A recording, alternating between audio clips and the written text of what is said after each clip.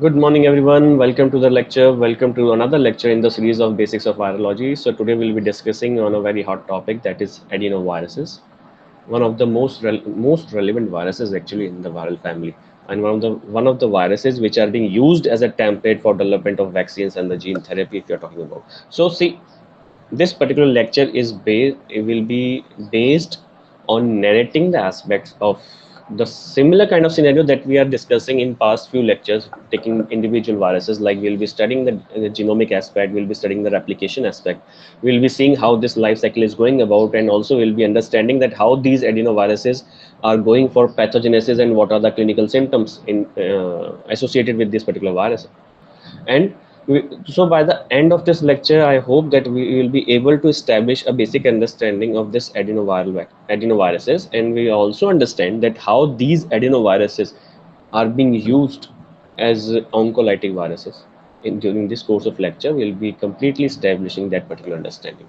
So let us go ahead and dive directly into that particular topic of adenovirus. But before going, let me give you a brief, what you say, a history, a brief narration or a brief trailer how this adenovirus came into the limelight.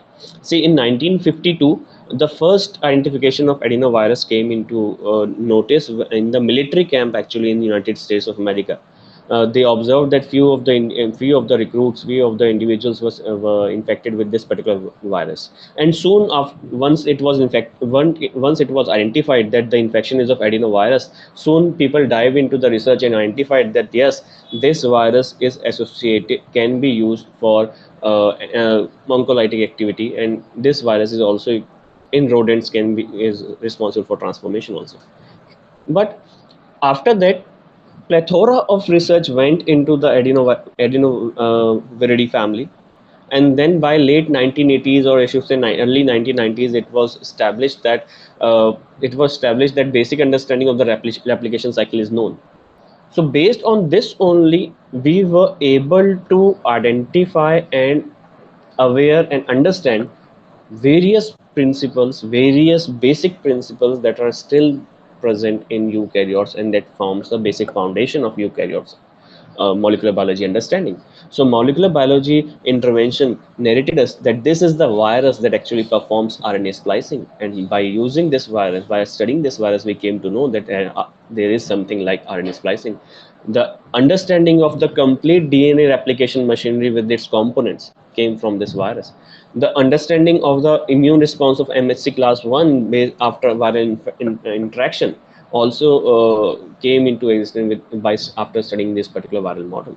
Then in 1990s, in fact, the process of gene therapy was conducted using this particular adenovirus, and that particular gene therapy was against the disease CFTR, cystic fibrosis. So that where you see that the respiratory disorder sets in, and there is a very thick mucus due to the deletion of phenylalanine, and that gene therapy was made possible by this particular adenovirus. So in that zona in the 1990s, it was very much in limelight that it's being used as gene therapy. We have gone for a different set of module. We have gone for different set of prophylaxis of a disease, so we will be able to manage the disease. But what happened that in 1994, if I'm not wrong, that the patient Jesling died because of certain adverse reactions, and that hindered, or that put a break on this particular research and this particular usage of this adenoviral as a gene therapy. Why? Because they observed that there is a mortality associated with this particular treatment.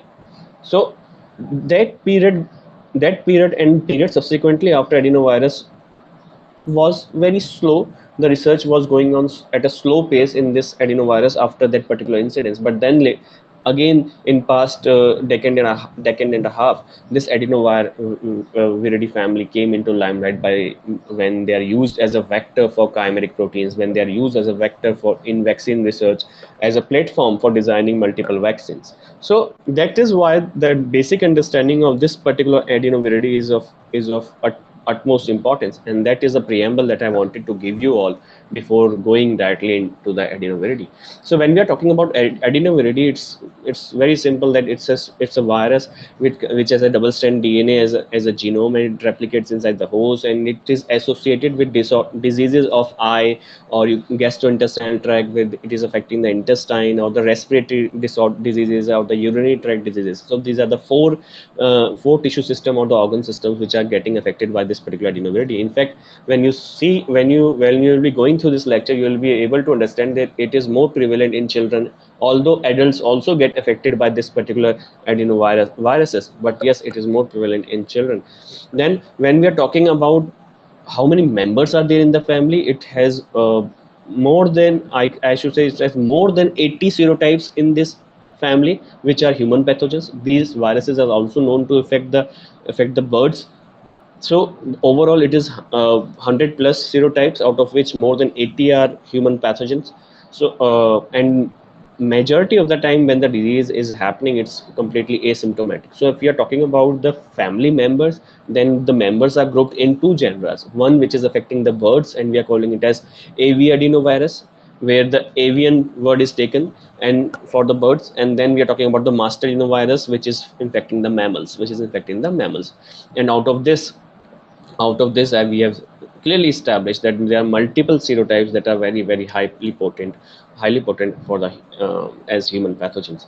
Among the serotypes, if you see, then the serotypes 1 to 7 are actually more potent, and poses very high risk for the children in terms of infecting the tonsillitis or the oropharyngeal cavity, the respiratory diseases. And there are plethora of other serotypes that have been shown to induce either the keratoconjunctivitis conjunctivitis, where the complete eye goes red as in the case of adults, or it induces the diarrhea in the young infant children, or it can also reach to hemorrhagic in case of children. So these serotypes, have been known to be associated with the diseases, and that's why the understanding of this virus is very important. So let's directly go to the chronology of events that we are ought to know. That first we'll be going for the structure. After that, we'll be talking about the genome and the replication mode, and then the other aspects of this particular viral infection. So see, first of all, look at this image, what I have shown you. If you are talking about this image, then if you are talking about some retro movies of early 90s, then you might be correlating this with the image of kind of space shuttle, where there's a closed box and the few antennas are coming out, so it resembles a spaceship. That's why even in the literature, we have people have mentioned this, that the structure resembles the spaceship. Why? Because it's a icosahedral structure. It is complete icosahedral structure with 80 to 100 nanometer in diameter. It contains 292 capsomeres, which are arranged and which are actually containing this particular double strand DNA molecule inside it. So the capsomeres, which capsid which is present, contains individual 292 capsomeres, and these capsomeres are arranged in two forms. One is a hexon form, another one is the pentone form, where five units are combining to five capsomeres are combining to form a pentone. And there are other facets also, where you will be seeing six capsomeres combining to form a hexon. So you will be seeing that the complete capsomeres are arranged in triangular facet with 12 vertices. You will be seeing these domains as vertices, and number will be 12. Every penton unit is anchored to the base and is protruding a projection which is having a knob kind of structure at the distal end, so you will see that these regions, what we have highlighted, is the penton base, whereas the other regions here are the hexon regions, and it's containing the double strand DNA, and there are plethora of proteins, almost 47 to 48 proteins that are coded by this particular double stranded DNA, simply because it can go for the RNA splicing. So now when we are talking about this virus infecting the host, then the attachment, from where it will attachment, from where it will attach. Suppose this is the virus and we are having these two projections. So in order it to bind, the first attachment will be performed by these two projections. So the knobs which are actually present at the terminus, these knobs are heme agglutinin, which acts as heme agglutinin, and it provides the attachment. It provides the attachment to the host cells. So not even attachment, if you talk about this penton base contains a very potent toxin which is responsible for lysis of the cell. It can directly induce the cytopathic effect in the host cell. So this is the structure, and based on, because it's a double strand DNA virus, that's why if you remember our lecture on Baltimore classification, the first class of the Baltimore was the viruses with the double strand DNA. So it belongs to that particular category. So let's talk about the viral genome. The complete viral genome is of the order of 30 kilobase pairs, equivalent to 30 to 36 kilobase pairs, where there are plethora of genes. So we will be discussing them into the relevant aspect and not going into the in-depth analysis. So see, whenever the virus is infecting the host, there are certain sets of genes which are expressed at early phase, and there are certain sets which are expressed at late phase. So when we are talking about the L1 to L5 series of genes, these are for late phase. These genes are expressed at later phase of infection, where they are responsible for coding for capsids. They are responsible for coding other proteins which will be forming the penton and the hexon and the fibers. Whereas the early proteins, the E series, are the early proteins which are coded by this particular, by the genome, which is responsible for DNA polymerase, which is responsible for DNA binding proteins like E2A. E2A codes for DNA binding protein. E2B codes for DNA polymerase, and other E2B, which secretes uh, terminal protein. Now, see, whenever a DNA goes for replication, in DNA replication, you must have read that there is a requirement of a primer, and that then only the DNA polymerase can add the incoming nucleotide and can go for elongation. So first a primase enzyme is required to synthesize the primer. That's what happens in our eukaryotic cells and the prokaryotic cells. But in this particular case of virus, the expression of this T protein, this terminal protein is used as primer.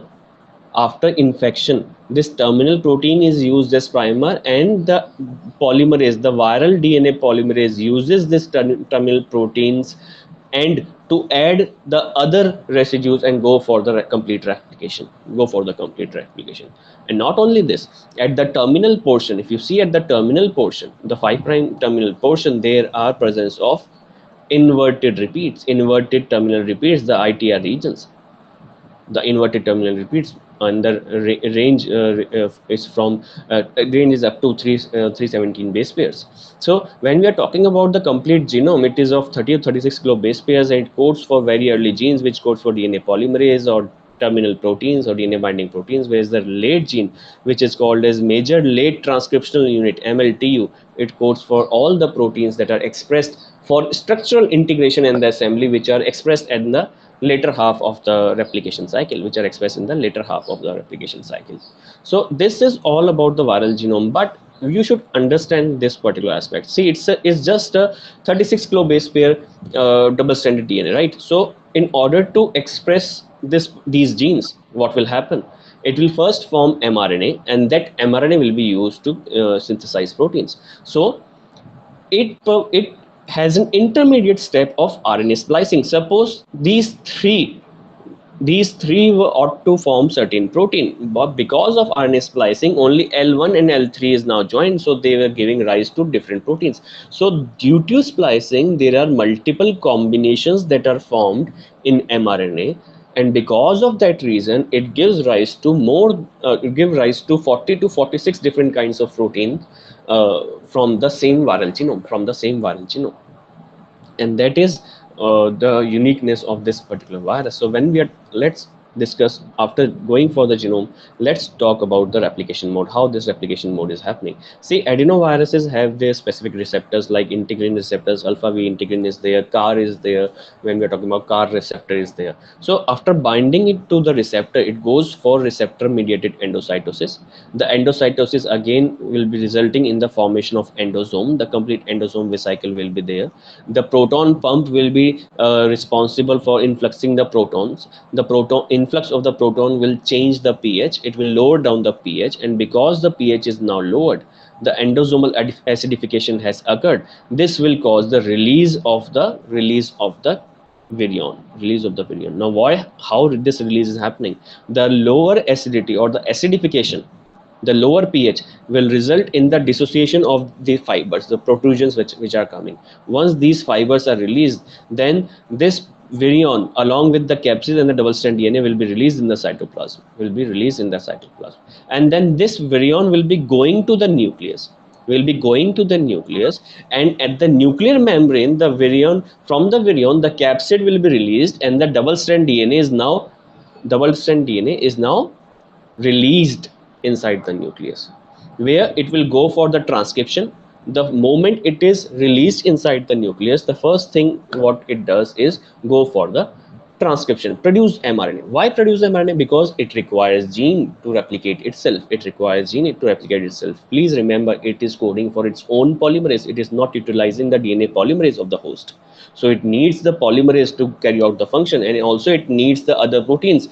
Like if the replication is going on, then the double strand DNA will be opening. So I need to stabilize the single strand. I need DNA binding proteins. Now, host DNA binding protein will never recognize the viral DNA. So it codes for its DNA binding protein to provide the stability. It is coding for its own primer, that is terminal protein. So all those genes will be first expressing the mRNA, and based on that mRNA will be coming out using the host ribosomes. It will use the ATS host ribosome, and then it will be producing multiple proteins.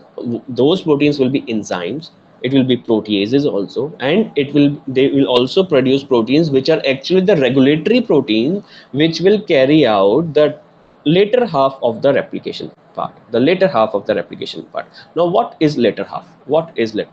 See, after getting inside, the DNA polymerase will be responsible for increasing the number, and once the number is increasing, simultaneously that double strand DNA will be utilized by the other proteins. It will be signaled, these proteins will be going and binding on the promoter, and then the RNA polymerase will come, and it will cause the expression of all the L1 to L5 series, the late proteins, which we are calling it as major late expressing units.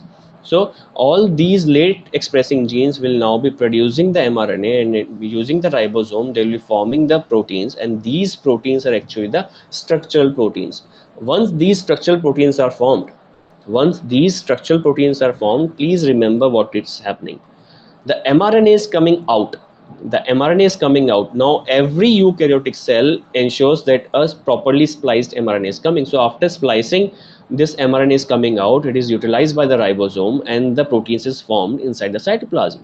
But the complete DNA is present in nucleus, and it cannot come out. The moment it comes out, our endonucleases and exonucleases will be very active to chew it off. So what it does, it calls the viral proteins from the cytoplasm to inside the nucleus, and all these viral proteins, after being made inside the cytoplasm, because of the localization signal, it goes back to the nucleus. Now the assembly is happening inside the nucleus for this particular virus. The complete assembly will start happening in the nucleus, then it will be released from the nucleus, it will enter inside the cytoplasm, and then it will be bud off, and it can also lyse the cell, thereby releasing the multiple copies of this particular virus. And this is how the complete replication is going about.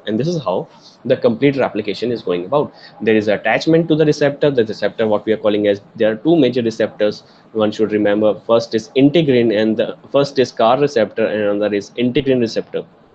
Then it will lead to the endosome formation, and subsequently by the last part is a lysis of the cell. Please remember, they are not going before the budding, they are released in the form of multiple number by inducing the cytopathic effect, and that is the lysis of the cell. that is the lysis of the cell. And the complete replication process, when we are talking about the attachment part and everything, see, attachment is the responsibility of the knob. It is the responsibility of the knob. Now this particular adenovirus is attaches to the surface, it penetrates the cell. Once it penetrates the cell, it is entering inside, and then it can go for its uncoating. Then also it can go for its uncoating, where the receptor mediated endocytosis can happen, and this is how the complete virus is entering. So when we had discussed the complete cycle, so for your convenience I have divided these stages, this replication cycle into different steps. First is your attachment, where the entry is provided. We have shown you two receptors. I have shown you two receptors. One is CAR receptor. Now CAR, okay, the full form I did mention earlier. This CAR receptor is Coxsackie and adenovirus receptor. It is a specific receptor for Coxsackie virus as well as the adenovirus. That's why the name came CAR. And other is integrin. Integrin is present on the epithelial cells also. Then that's how it goes after the getting into the viremia condition. It infects the epithelial cells also.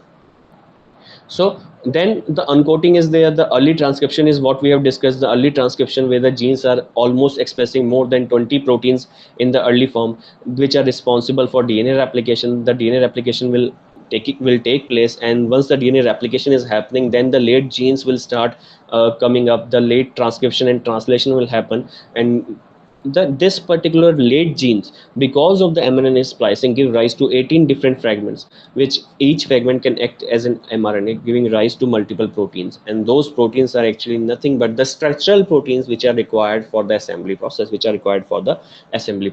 So please remember, the complete assembly process or the morphogenesis of that virus, what we are talking about, is happening inside the nucleus.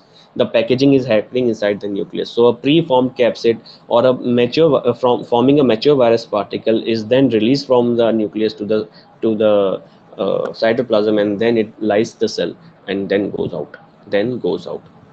So that was all about your replication part. Now, when I told you in the beginning of the lecture that this particular virus, after understanding the genome and how it causes the replication cycle, it is used as oncolytic virus. Now first let us see what are oncolytic virus. See, the virus can affect normal cell also and the cancer cell also. See, cancer cell is nothing different. It will express all the receptors that a normal cell is expressing. Is just that the cell has transformed due to aberrant cell cycle and has gone to an uncontrolled division phase, where because of that uncontrolled phase, the proteins or the factor signaling pathways which are responsible for apoptosis are shut down. So if I'm talking about the CAR receptor, integrin receptor, it will be present on healthy cells also, and it will be present on tumor cells also. So what is the process of oncolytic virus? It will infect the tumor cell. It will go for a viral replication, and it will lyse the tumor cell. It will utilize the host machinery, and it will lyse the tumor cell. And after lysing to that tumor cell, this lysis will release multiple copies of the virus, which can again cause these viruses can again the virus progeny can further cause infection in multiple tumor cell types again. And then this lysis of cell will release the tumor antigens, the tumor proteins, which will be recognized as antigen, and then anti-tumor antigenic response will be mounted by the host immune system. And this lysis will also induce local inflammation, which will result in destructing the immediate microenvironment of this particular tumor. So based on this, the first oncolytic virus with the name of Talimogene Leherpervec was approved by FDA and EMA, which was used as a therapeutic module, taking this oncolytic virus against, of course, HSV, herpes simplex viruses. See, you have to understand this, that when I said that oncolytic virus, we are not directly using the oncolytic virus. Yes, we are genetically modifying this virus, but then again, the basic principle of using this virus as oncolytic is because of its property of replication cycle, that it induces the cytopathic effect and causes the lysis of the cell. So I am, yes, going for genetic modification of that virus, and that genetically modified virus is used as oncolytic virus, which was approved. The first oncolytic virus was approved by FDA with the name of T-VEC or Limeligic against herpes simplex virus serotype 1. So how this particular virus is able to cause, death of tumor cell, where the system is complete, the inner part, the interior part is completely different. See, so the virus is infecting, the infection process we know, the replication part we know. Once it is replicated, what it does, the early proteins which are synthesized initiates the expression of these two proteins, that is ATG and LC3. And by initiating these two proteins, what they are doing, they are preparing an autophagosome. Now once the autophagosome is made, why, see, phagosome, which will cause destruction, phagocytosis, auto, self destruction. Once it fuses again with the lysosome, then it becomes autolysosome with the very low pH, and it starts the process of autophagy. So these viruses are inducing the death or inducing the lysis of tumor cells by inducing autophagy, and thereby they increases the expression of fast associated that domain which is responsible for the recruitment of caspases, and lowers down the P62, thereby increasing the autophagy. And this increase in autophagy further helps this virus for the replication, thereby it causes the lysis of the cell. Once the autophagy sets in, then the defense mechanism of this complete tumor cell is lost.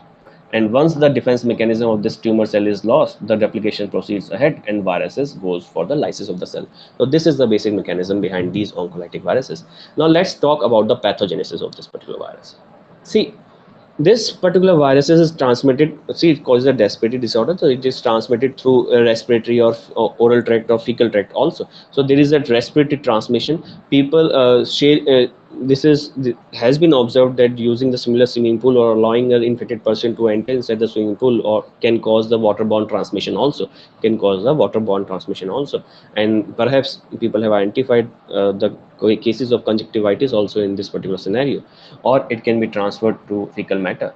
So why this pathogenesis is being narrated? Why? Because these viruses multiply in what? These viruses will be multiplying either via conjunctiva, or we are talking about the pharynx region, or we are talking about the small intestine, or we are talking about the urinary tract. So these four organ systems are getting affected because of this particular pathogenesis. And when we are talking about the onset of this disease, we can easily classify them into three sections. First is lytic infection, where the cell will be lysed. Another is latent infection, where the infection has occurred, but then the virus has gone asymptomatic. It can integrate inside the genome also. And can remain as asymptomatic. And third case, which is never being reported in humans, it is reported in rodents, where it can transform the cell to a cancer cell also. So when we are talking about the lytic infection, the adenovirus, what it does, it affects the epithelial cells of these organs, the intestine, the conjunctiva, and then the cornea, or we are talking about the respiratory tract, and it directly causes the cell death. It lyses the cells, and once it goes for the local replication, it lyses the cell. The immune system sets in and secretes multiple cytokines, and because of which it crosses the barrier and enters inside the blood. Once it enters inside the blood, the condition is called as viremia, and then it is transfer systemic infection is there. Then when we are talking about its dissemination, it even can cause mortality in certain immunocompromised patients. And when we are talking about the latent infection, it has a very unique property that can remain as latent or asymptomatic phase in lymphoids, lymphoid organs like Bayer patches or the tonsils or the adenoids. In fact, because it is asymptomatic or latent infection, it can be at latent infection adenoids. That's the organ that's the node from where it was identified, and the name came adenovirus. So the exact mechanism of this latency is not known. It's being investigated thoroughly. Then the last part, that is what we are talking about, is the oncogenic transformation, where this particular infection is causing the transformation of normal cell to tumor cell. All, I am again repeating, it is only being shown in rodents, not in the humans. So after integration, this adenovirus gets integrated into the host genome, and then it produces a protein called as E1A, which is responsible for the transformation of normal to cancer cell. So when we are talking about the immunity, see, once an individual is affected by this particular virus, it develops a very long lasting immunity. It develops everlasting immunity against that particular serotype, against only that particular serotype. Yeah. And the immunity is both humoral and cell mediated immunity. In fact, to mount a very potent response, the cell mediated immunity is of utmost importance if you're talking about the host immunity. And see, the antibodies that are secreted in response by the immune system in response to this particular virus are of very much importance, because those antibodies are involved in neutralizing these viruses, and these antibodies protect the person from reinfection also. So reinfection from the same serotype, but not with the other serotype. The other serotypes will be able to cause the infections. So when we are talking about the clinical syndrome, see, clinical syndrome sets in terms of the children's. In the clinical syndrome is all the viruses, like we had talked about the 1 to 7 serotype. These are very much prevalent in children, where the incubation phase lasts from 5 to 8 days, and then the major clinical symptoms starts coming, whether it is the acute respiratory disease that we see, that there will be a coughing, there will be a sore throat, the symptoms will be lasting for 3 to 5 days. We will say that there is completely sore throat that is associated, or the fever is coming, we say the viral has occurred. So after that, the many of the symptoms are associated with pharyngoconjunctival fever. Like the small children who are going regularly to school, they found that the eye has become completely red, the cornea has become red, and there is a sore throat and fever associated with that red cornea. That is called as pharyngoconjunctival fever. We call it as normally viral fever has occurred, so the medication should be starting. So when you see the clinical syndrome, you can easily see that the respiratory disease sets in, and there is a coughing, and then this particular pharyngeal cavity is getting affected with it. These symptoms, see, these symptoms, once you are focusing on these symptoms may be present and may not be present, depends upon, again, the severity of these symptoms depends upon person to person. But these conditions are predominant in every serotype of this particular adenovirus, and these are predominantly seen in 3, 4 and 7 serotypes out of 1 to 7. And apart from these clinical syndromes, the other respiratory tract diseases are bronchitis or cold like symptoms will be keep on happening, and because of this adenoviral implication. So when I'm talking about the conjunctivitis, you see the complete eye is becoming red, and this is called as keratoconjunctivitis. And patients often complain about the continuous tearing and pain, and the photophobia that is associated with this particular conjunctivitis. And see, the redness is appearing because of the persistent inflammation that is caused by the viral infection, and this condition may occur as an epidemic, because it is very much contagious. It may become epidemic, which is generally it is caused by the 8th serotype of this particular virus. And other sets of syndrome, when it is affecting the intestine, it causes the diarrhea, that it may persist for 7 to 14 days, and then it gets resolved. Other severe symptoms are what you say acute hemorrhagic cystitis, but it's very rare in certain cases. When we are talking about the laboratory diagnosis, we diagnose, see, obviously we diagnose based on a specimen that is taken from either throat or urine samples or fecals or eye sample, and then the virus is isolated. The isolated virus is always cultured in animal cell line, and that cell line what we use is embryonic kidney cell line, that is HeLa, what we have studied in case of animal cell culture. Then the diagnosis is basically done in multiple part. We can use microscopic based diagnosis. We can use immunohistochemistry to identify the specific antigen, the E1A antigen or the E2B antigen that is expressed on the surface, or the knobs that are present, hemagglutinin that is expressed on the surface. We can identify that using immunofluorescence also. And for management of this disease, see, vaccines are available, whether it is killed vaccine or whether we are talking about attenuated vaccines. There are antivirals also that are being used, but the basic mode of preventing is keep washing your hands, be aware of how this is spreading. And that was the line how US managed the infection in early 1950s in its army. So, see, apart from this group, there is one slide which I have shown you that is called as AAV, adeno-associated viruses. Now, these are called as adenosatellite viruses. Why? Because they depend on adenoviruses for causing infection and replicating. So, these viruses can never replicate independently. They require the infection of adenovirus in order to replicate themselves, and these are very small viruses of 25 nanometer in diameter, and their pathogenic role is there, but that's not what we are discussing right now. So just for your understanding and just to inculcate the curiosity inside you, I have mentioned certain links which will be helpful for your further reading, and then let's talk about the MCQs that are present here. See these MCQs, why I've mentioned here, you should be able to understand that these MCQs, based on these MCQs, you will be able to inculcate the curiosity which is required for further reading of this topic, because in the limited time span we could only summarize the main aspect of this particular adenovirus topic. Fine. So this is all from me. Thank you so much. I hope the lecture was fruitful, and I will again meet with another topic in the same series of basics of virology. Till then, please stay safe and wish you a very happy learning. Thank you so much.